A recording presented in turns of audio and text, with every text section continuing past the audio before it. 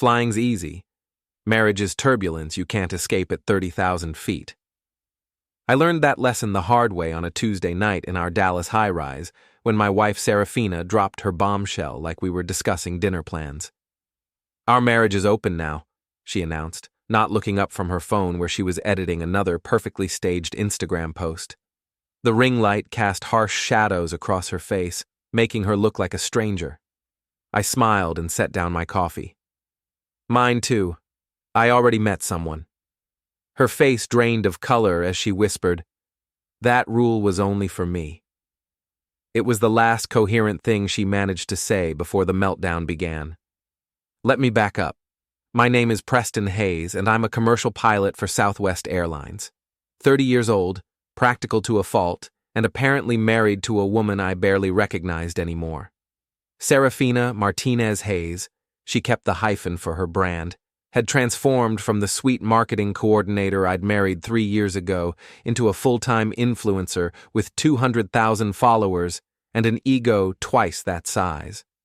The signs had been there for months. Late nights at brand events, cryptic DMs that made her giggle, mysterious phone calls she'd take in the bathroom. Her manager, Miles Archer, a 35-year-old ex-model who looked like he'd stepped out of a cologne ad and smelled like he'd bathed in it. Brand nights, she called them, more like brand new boyfriend nights, if you ask me. I'm not stupid. When you spend half your life navigating through clouds, you learn to read the weather patterns, and this storm had been brewing for weeks. The morning before her announcement, I'd finally confirmed what I'd suspected. Her phone had been buzzing during breakfast, and she'd left it face up while rushing to the bathroom. The message preview was enough. "Miles, when can you get away again? P is clueless. Can't wait to have you all to myself tonight." Clueless. Right. I'm a pilot, not a private investigator. But I'm not blind either. I'd already spent the previous week documenting everything. Screenshots of her close friends' Instagram stories, where she'd been testing the waters about open relationships and exploring your authentic self. Posts where she'd asked her inner circle if they thought traditional marriage was outdated. Her best friend Lila had been encouraging it naturally. Lila Chen was Seraphina's PR manager and enabler-in-chief, a 27-year-old gossip machine who treated other people's relationships like content for her own social media drama. I'd overheard them at brunch the previous weekend, giggling over mimosas while I sat 3 tables away, supposedly reading my flight manual.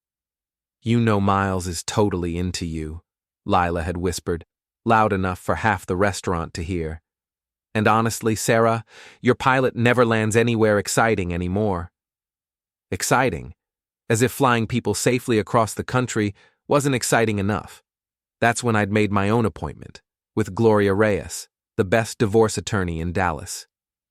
Turned out she was also exactly the kind of someone I needed to meet. So when Seraphina dropped her open marriage bomb, I was ready. "What do you mean, only for you?" I asked, maintaining my smile as she started to panic. "I mean," she stammered, her phone slipping from her manicured fingers. "I mean, this was supposed to be about my personal growth, my brand evolution, your affair with Miles." The words hung in the air like smoke in a cockpit. She went completely still. "I don't know what you're talking about," she said, but her voice cracked on the last word. I pulled out my own phone and scrolled to the screenshots I'd saved. "Really? Because Miles seems to think you've been pretty clear about wanting to explore options outside traditional boundaries." "That's from your close friend's story last Tuesday. Should I read the rest?" Her face cycled through emotions like a slot machine. Shock, fear, anger, calculation. I could practically see her trying to figure out how to spin this for damage control. "Preston, you don't understand. This is bigger than just us. My followers are really responding to authentic relationship content and Miles happens to be very photogenic for your authentic relationship content." She opened her mouth, then closed it. For someone who made her living talking to a camera, she was remarkably speechless. I reached into my jacket and pulled out the envelope I'd been carrying for 3 days, waiting for this exact moment. "What's that?" she whispered. "Separation agreement. Pre-signed by me. All you have to do is initial each page." I set it on the coffee table between us, next to her ring light and the stack of PR packages she'd been planning to unbox for tomorrow's content. "You can't be serious." "Absolutely serious. You want an open marriage? Great. Mine's wide open to better options." She grabbed the papers, her hands shaking as she flipped through them. "This is insane. You can't just— Preston, we need to talk about this like adults." "We are talking. You declared our marriage open. I'm agreeing and taking it one step further. Permanently open. So open, there's no marriage left to close." The front door chimed, and Lila's voice echoed through the foyer. "Sarah, I brought the good champagne for your big announcement." Seraphina's eyes went wide. "You knew she was coming? I figured you'd want your PR manager here to help spin this." I stood up and straightened my shirt. "Don't worry, I'll let you two handle the damage control. I have a dinner date." "With who?" The question came out as a shriek. "Gloria Reyes. Maybe you've heard of her. She's the attorney who handled the Blackwood divorce last year, made the front page when she got Mrs. Blackwood $50 million in full custody." Lila appeared in the doorway, bottle of Dom Perignon in hand, just in time to watch Seraphina's world implode. "Oh," Lila said, taking in the scene. "Should I come back later?" "No," I said, grabbing my jacket. "You should stay. Seraphina's going to need all the help she can get." The next morning, I woke up in my hotel room, the Omni downtown, charged to my personal credit card, the one Seraphina had never bothered to learn the number for. My phone was buzzing like an angry wasp. 17 missed calls, 43 text messages, all from Seraphina. I scrolled through them while sipping room service coffee that cost more than most people's lunch, but tasted like victory. "Preston, please come home. We need to talk." "This is crazy. You're being crazy." "I never said I wanted a divorce. I said open marriage." "Miles means nothing. He's just for content." "Answer your phone." "Where are our bank accounts? I can't access anything." That last one made me smile. Gloria worked fast. I'd spent the previous evening with her at Del Frisco's, going over the details of what she'd already put in motion. Asset protection, she called it. Perfectly legal, completely devastating. The beauty of her public statements about open marriage, Gloria had explained over Wagyu steaks, is that she's essentially admitted to abandoning the traditional marriage contract. In Texas, that gives us significant leverage for an at-fault divorce. Gloria was 40, sharp as a blade, and had never lost a case involving cheating spouses. She was also exactly the kind of woman who could make Seraphina's head spin, successful, confident, and completely unimpressed by social media follower counts. Plus, she'd continued, her manager's been sloppy. I had my investigator run a basic background check. Miles Archer has a pattern of targeting married influencers. Your wife number 3. Wife number 3. That stung, but it also clarified things. My phone rang. Seraphina again. "Preston." Her voice was frantic when I answered. "Thank God! Where are you? Why can't I access our accounts?" "Good morning to you too, sweetheart. I'm having breakfast. Beautiful morning, isn't it?" "Don't sweetheart me. What did you do to our money?" "Our money is fine. Your access to our money is temporarily restricted while we sort out this open marriage situation." "You can't do that." "Actually, I can. It's called asset protection during marital dissolution proceedings." Gloria explained it all very thoroughly. Silence. Then, "Who the hell is Gloria?" "The someone I already met, remember? We had a lovely dinner last night. She's brilliant, beautiful, and she thinks your approach to marriage is fascinating from a legal standpoint." "Preston, stop this. Come home. We can work this out." "I am home. Penthouse suite at the Omni. Amazing view of the city. You should see it sometime, when you can afford it." I hung up and immediately called Mason Rodriguez, my co-pilot and the closest thing I had to a best friend. We'd flown together for 5 years, and he'd been warning me about Seraphina's brand evolution for months. "Dude," he said when he picked up, "please tell me you didn't actually murder your wife. Because Lila's been posting cryptic stories all morning about supporting friends through difficult times. No murder necessary, just strategic asset management and superior legal representation. English, please. I'm divorcing Seraphina, and she's freaking out because she can't access the money she was planning to spend on her new life with Miles." "Holy shit, you actually did it." "I actually did it. And tonight, you're going to help me make it official." "How?" "Rooftop party at the W Hotel. Some influencer product launch Seraphina's been planning to attend for weeks. She'll be there with Miles, trying to do damage control. We're going to be there too, with Gloria. This sounds like a terrible idea. The best terrible idea I've ever had." That evening, the W Hotel's rooftop was packed with Dallas's social media elite, a sea of ring lights, designer dresses, and people taking pictures of their food. The kind of event Seraphina lived for, and I usually avoided like turbulence. But tonight was different. Tonight I was hunting. I spotted them immediately. Seraphina in a red dress that probably cost more than my car payment. Miles in a suit that screamed, "I'm more important than I actually am." They were holding court near the bar, surrounded by other influencers who were pretending to care about whatever product was being launched. "There they are," I murmured to Gloria, who looked stunning in a black cocktail dress that was elegant rather than flashy, the kind of confidence that came from actual accomplishments rather than follower counts. "She's pretty," Gloria said objectively. "She's also about to be very publicly humiliated." We made our entrance like we owned the place.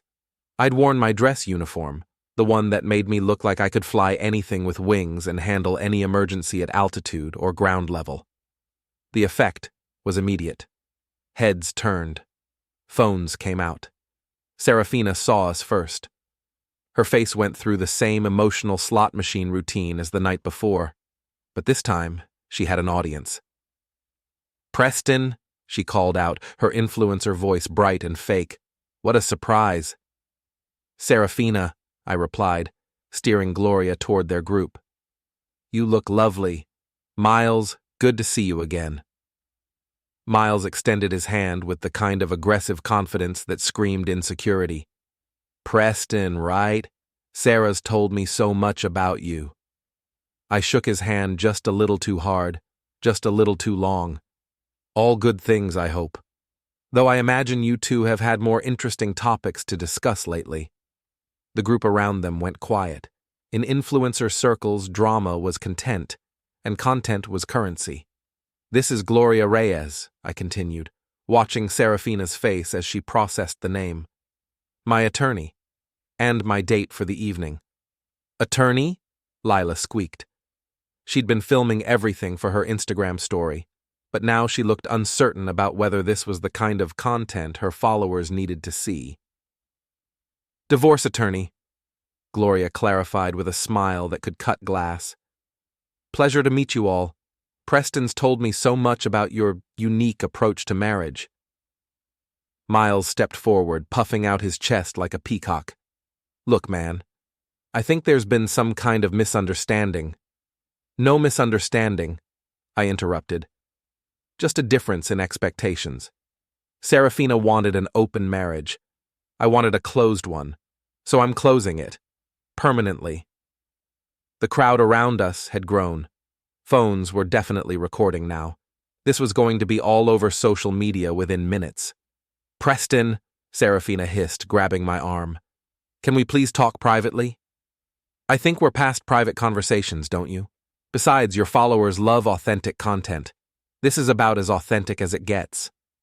Miles was starting to look uncomfortable. "Good. Excuse me," I said to him, "but I need to use the restroom. Care to join me? I think we should have a chat." The men's room was empty, all marble and mood lighting. Miles followed me in, still playing the alpha male role. "Look, Preston," he started, "this doesn't have to be—" I moved faster than he expected, grabbing his perfectly pressed lapels and slamming him against the marble wall. Not hard enough to hurt him, but hard enough to get his attention. "Listen carefully, pretty boy," I whispered, my face inches from his. "I know exactly what you are. You're a predator who targets married women with money and social media followings. I know about wives 1 and 2. I know about the pattern." His eyes went wide. "I don't know what you're talking about. Wife number 1, Jessica Chen, food blogger, 50,000 followers. You convinced her to leave her husband, took over managing her accounts, bled her dry, then moved on when her engagement rates dropped." I pressed him harder against the wall. "Wife number 2, Amanda Foster, lifestyle influencer, 120,000 followers. Same pattern. She's still paying off the debt you left her with." "That's not... My wife is going to be different, because I'm not going to let you destroy her. I'm going to destroy you first." I released him and stepped back, straightening my uniform. "If you so much as DM my wife again after tonight, I'll make sure every influencer in Dallas knows exactly what kind of manager you really are. Are we clear?" He nodded, his face pale under his spray tan. "Good. Now fix your tie and get back out there. You've got a reputation to maintain."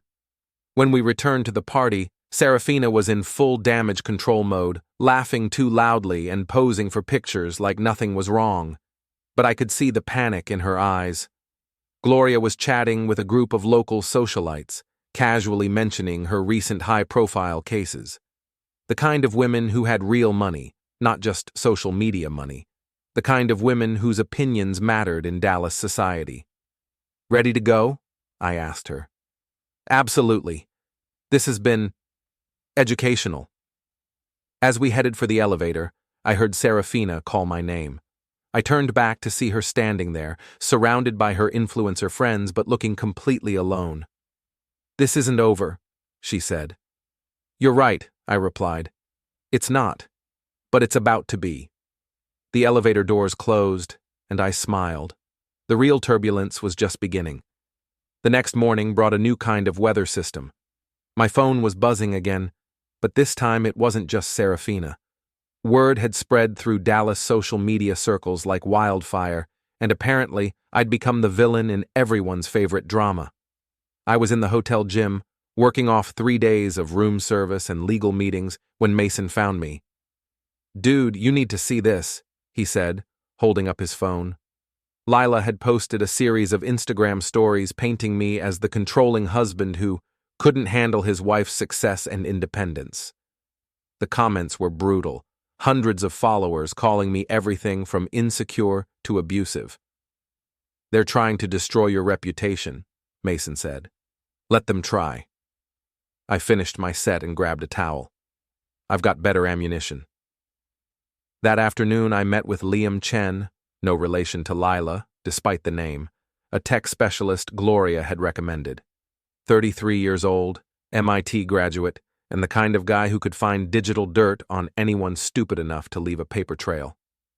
"Your wife and her manager weren't very careful," he said, spreading printouts across the conference table in Gloria's office. "They've been planning this for months." The evidence was damning. Text message threads between Seraphina and Miles discussing exit strategies and asset acquisition. Voice memos where Miles coached her on how to maximize the divorce settlement by claiming I was controlling and unsupportive of her career. But the real bombshell was buried in Seraphina's deleted Instagram drafts. "She's been working on a series of posts about leaving an emotionally abusive marriage," Liam explained, complete with staged photos and a carefully crafted narrative about finding her voice and independence. Staged photos? He pulled up a folder on his laptop. Pictures of her crying, looking scared, even some with what appeared to be bruises that wash off with makeup remover. "She's been planning to destroy your reputation while positioning herself as the brave survivor." I felt something cold settle in my stomach. This wasn't just about an affair, or even an open marriage. This was character assassination with a social media megaphone. "There's more," Lila said. "Miles has been doing this exact same playbook with his previous targets. The pattern is identical: affair, open marriage suggestion, staged abuse claims, asset grab, public sympathy campaign. Gloria leaned back in her chair. This changes everything. We're not just dealing with adultery anymore. This is conspiracy to commit fraud and defamation. What do? We beat them at their own game. The plan was elegant in its simplicity. If they wanted to play dirty on social media, we'd give them a masterclass in how it was really done. Rachel Morrison, an old friend from my airline's HR department, had connections throughout Dallas media. She'd been watching the drama unfold and was more than happy to help when I explained what we'd discovered. "I always thought Seraphina was fake," she said over coffee. "But this is next-level psychotic. Can you help us get this information to the right people?" "Honey, I can do better than that. My cousin works for DallasGossip.com. They've been looking for a good influencer takedown story." While Rachel worked her media connections, I had my own score to settle with Miles. I found him at his usual gym, an upscale place in Uptown, where he went to maintain his brand and hit on wealthy married women. I'd been watching his routine for 3 days, learning his patterns the way I'd study weather reports before a flight. He always parked his custom BMW i8 in the same spot, always spent exactly 90 minutes inside, always came out sweaty and arrogant and ready to ruin someone else's life. Today was different. I waited until he was inside, then got to work. Nothing illegal. Nothing that would leave permanent damage. Just a little creative property adjustment. First, I removed the valve stems from all 4 tires. Not slashed, not damaged, just deflated. Then I filled his air vents with shrimp from the seafood market down the street. Finally, I used washable paint to write "wife stealer" across his windshield. I was sitting on a nearby bench, reading a flight manual and looking completely innocent when he came out. The explosion was beautiful. "What the hell?" he screamed, attracting the attention of everyone in the parking lot. "Who did this?" I looked up from my manual. "Problem, Miles?" His face went red when he saw me. "You son of a—" "Careful," I interrupted, standing up. "Lots of witnesses here. Wouldn't want to do anything that might end up on social media." He looked around, realizing that several people were already filming his meltdown. In the influencer world, public freakouts were content gold. "You're going to pay for this," he said through gritted teeth. "Am I? Because from where I'm standing, it looks like you're the one who's going to be paying. Towing, tire service, car detailing. That's going to run you what? 500? 6? This is harassment. This is consequences. You should try Googling the difference." He pulled out his phone, probably to call Seraphina or the police or his lawyer. But before he could dial, his phone started buzzing with notifications. His face went pale as he read whatever was coming through. "Something wrong?" I asked innocently. He looked at me with pure hatred, then at his ruined car, then back at his phone. Without another word, he stalked off toward the street, presumably to call an Uber. I waited until he was gone, then pulled out my own phone and texted Gloria. "Phase 1 complete." Her response came back immediately. "Phase 2 is live. Check DallasGossip.com." The article was perfect. Local influencer's marriage meltdown, the truth behind the Instagram facade. Complete with screenshots of the deleted posts, voice memo transcripts, and expert commentary on the psychology of social media manipulation. But the real masterpiece was the comment section, where several of Miles's previous victims had come forward to share their own stories. My phone rang. "Seraphina. Preston. What did you do?" "Good afternoon to you too, sweetheart. I'm having a lovely day. How's yours going?" "Don't play dumb. That article? Those screenshots? Oh, you mean the article about social media manipulation and staged abuse claims? I thought it was very educational. Apparently, so do your followers. Have you checked your engagement rates lately?" Silence. "The truth is, Sarah, I didn't have to do anything. You and Miles did all the work. I just made sure the right people saw it. Those were private messages. Were they? Because according to the terms of service you agreed to, nothing on social media is really private, especially when it involves fraud.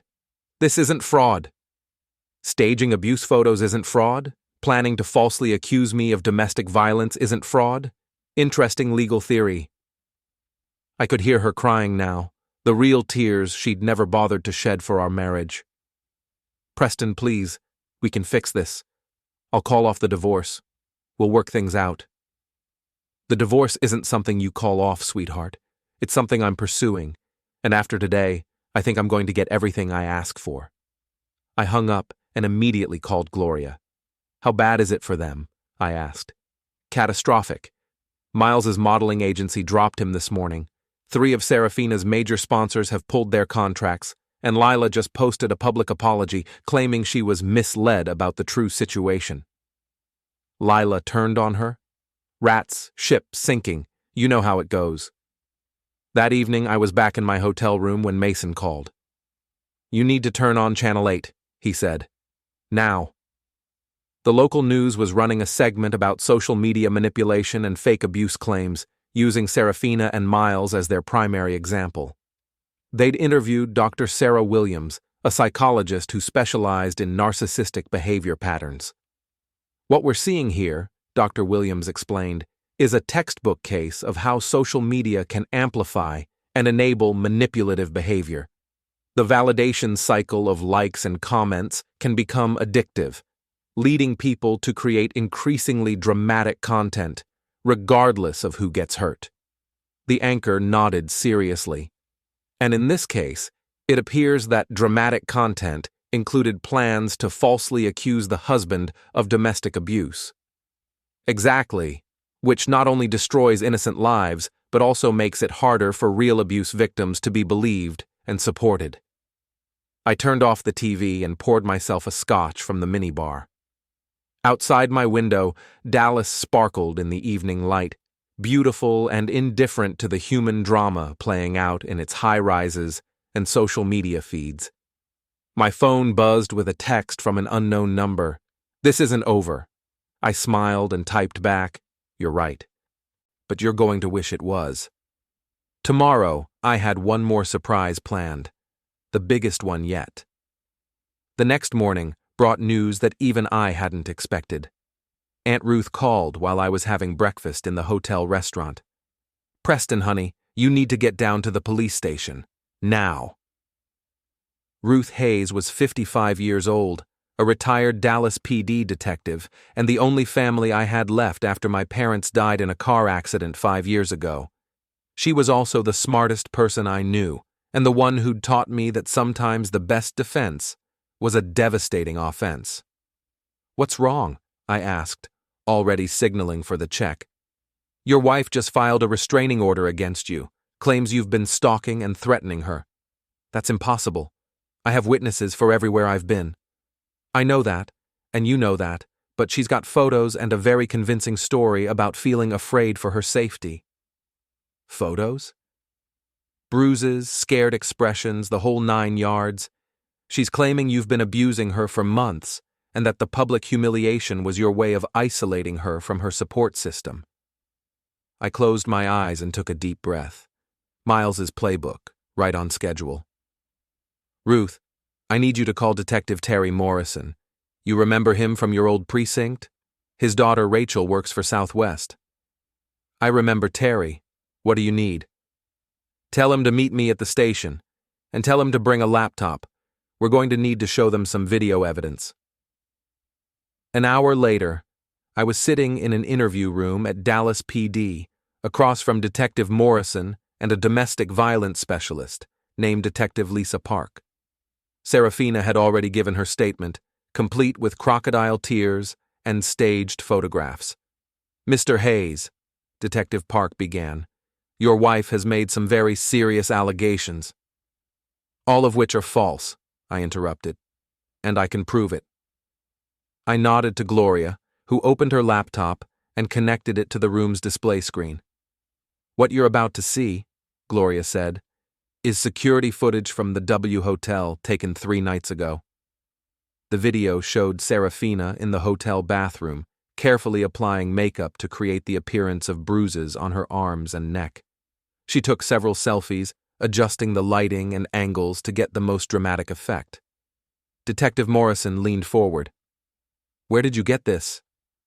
"Hotel security," Gloria replied. "Perfectly legal to obtain with a subpoena, which we filed yesterday morning." "There's more," I said. "Show them the parking garage footage from yesterday." This video showed Seraphina meeting with Miles outside her apartment building. They were clearly rehearsing her story, with Miles coaching her on how to cry on cue and what details to emphasize. Detective Park looked uncomfortable. "Mr. Hayes, even if these photos were staged, that doesn't necessarily mean—" "Show them the audio," I said. Liam had outdone himself. Using some kind of tech wizardry I didn't fully understand, he'd recovered deleted voice memos from Seraphina's iCloud backup. Her voice filled the room. "Miles, I don't know if I can do this.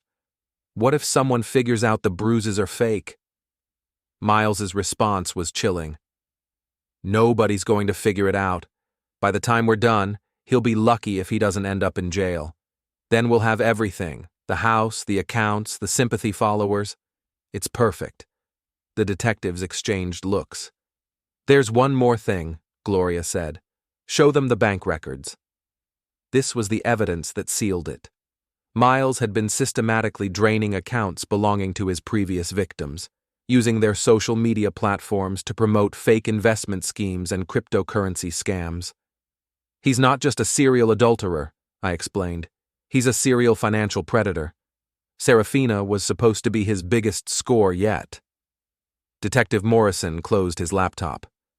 "Mr. Hayes, I think it's safe to say the restraining order isn't going to stick. In fact, I think we need to have another conversation with your wife." 2 hours later, I was a free man. More than free, I was vindicated. But Seraphina and Miles weren't done yet. That evening, they made their last desperate play. A live Instagram broadcast titled "Speaking My Truth, Surviving Abuse, and Fighting Back." I watched it from Gloria's office, along with Ruth, Mason, and Rachel. It was a masterclass in manipulation. Seraphina, makeup-free and wearing a simple white dress, speaking directly to the camera about finding the courage to speak out and not letting powerful men silence victims. "She's good," Rachel admitted grudgingly. "If I didn't know the truth, I'd probably believe her." "Look at the comments," Mason said. "People are eating this up." The live viewer count was climbing toward 10,000. Donations were pouring in through her Venmo link. Miles was off camera, probably managing the technical side and feeding her talking points. "This is actually perfect," Gloria said with a predatory smile.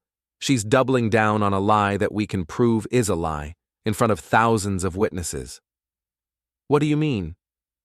"She's committing defamation in real time, with a permanent record and a massive audience. When this is over, she's going to owe you more money than she's ever seen in her life." I pulled out my phone and started typing. "What are you doing?" Ruth asked. "Ending this." I opened my own Instagram account, which I'd barely used since college, and started a live broadcast. Within minutes, word had spread through the Dallas social media scene that the husband was responding in real time. "Good evening," I said to the camera. "My name is Preston Hayes, and I'm here to set the record straight." I could see Seraphina's viewer count dropping as people jumped to my stream. Her face, visible in a small window on my screen, went pale as she realized what was happening. "For the past week, my wife has been telling a story about abuse, control, and finding her voice. It's a compelling story. It's also completely false." I held up printed screenshots of the security footage. "These photos show my wife staging fake bruises in a hotel bathroom. These bank records show her manager systematically defrauding other women. These voice recordings show them planning to frame me for domestic violence." The comments on my stream were exploding. People were screenshotting everything, sharing it across platforms, tagging news outlets. "I'm not here to destroy anyone," I continued. I'm here to protect myself and to make sure that real abuse victims aren't hurt by false claims that make it harder for people to believe actual survivors. Seraphina's stream had devolved into chaos. She was crying real tears now, trying to explain away the evidence, but it was too late. The internet had already made up its mind. Miles appeared on her stream, trying to take control, but he only made things worse. His angry, defensive responses confirmed every suspicion people had about his character. The truth is, I said, looking directly into the camera, marriage is about trust, respect, and honesty. When those things are gone, the marriage is over. Everything else is just paperwork. I ended the stream and immediately called Gloria. "How did we do?" I asked. "You just won the internet," she said. "And more importantly, you just won your divorce case. After tonight, no judge in Texas is going to give her anything but a one-way ticket out of your life." My phone was buzzing with notifications, friend requests, interview requests, and messages of support from complete strangers. But the only one I cared about was from Ruth. "Proud of you, kiddo. Your parents would be too." I smiled and looked out at the Dallas skyline. Tomorrow, I had one final surprise planned for Seraphina and Miles, something that would ensure they never tried this scheme on anyone else. The storm was almost over, but first, there was going to be one hell of a lightning strike. The next morning, I woke up to discover that I'd become an overnight internet sensation. Preston's revenge was trending on Twitter. TikTok was full of people analyzing the security footage and voice recordings. Someone had even made a remix of Miles's angry rant from Seraphina's failed livestream. But the best news came from Gloria. "3 more of Miles's victims have come forward," she said when I called her. "All with similar stories, all with evidence. The FBI is opening a fraud investigation." FBI? Wire fraud, identity theft, conspiracy to commit extortion. Miles picked the wrong hobby, and Seraphina picked the wrong partner. I was getting dressed when Mason called. "Dude, you need to see the news. Channel 5 is running a full expose on influencer fraud. They're using your case as the centerpiece."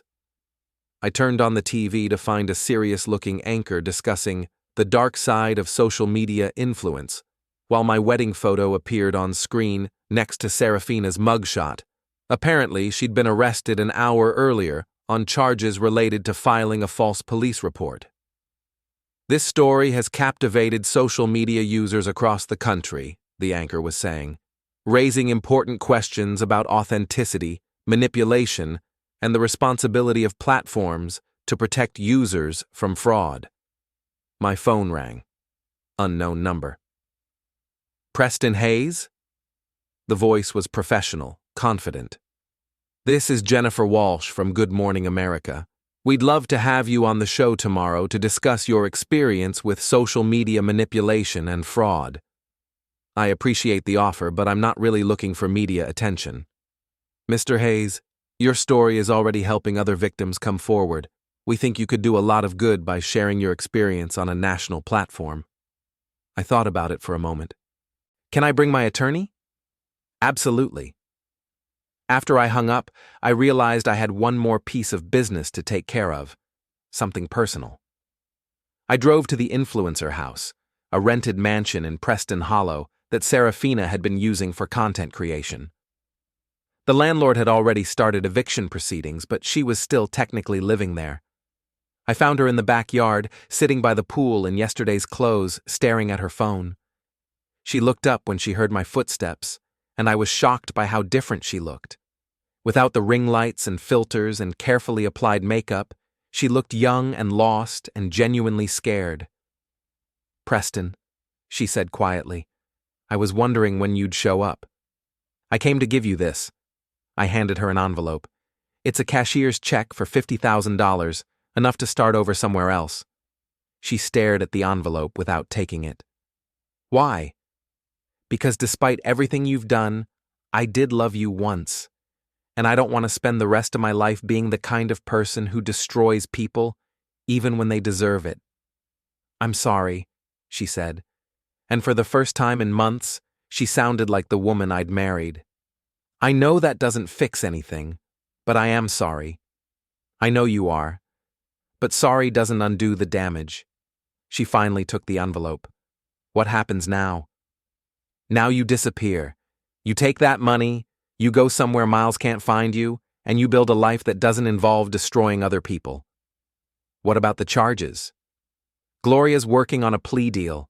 Community service, restitution, probation, no jail time if you cooperate with the FBI investigation. She nodded, tears running down her face.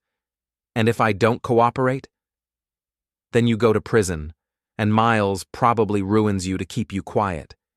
He's looking at federal charges, Sarah. Wire fraud, conspiracy, extortion. He's going down hard, and he's going to want to take everyone with him. He said he loved me. He loved your follower count and your bank account, just like he loved the others. I turned to leave, then stopped.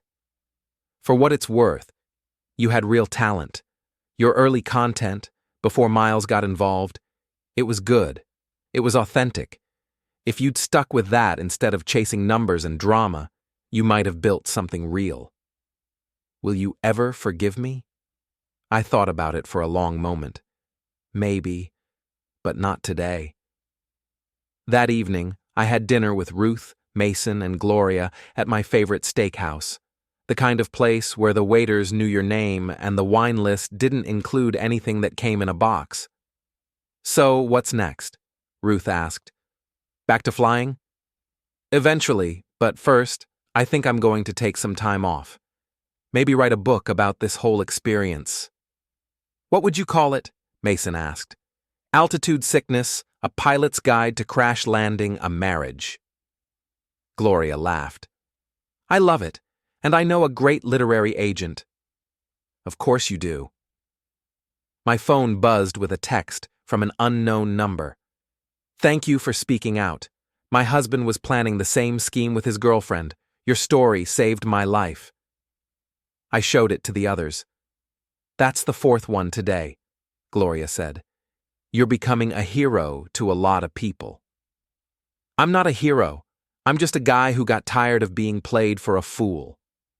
Sometimes that's the same thing, Ruth said.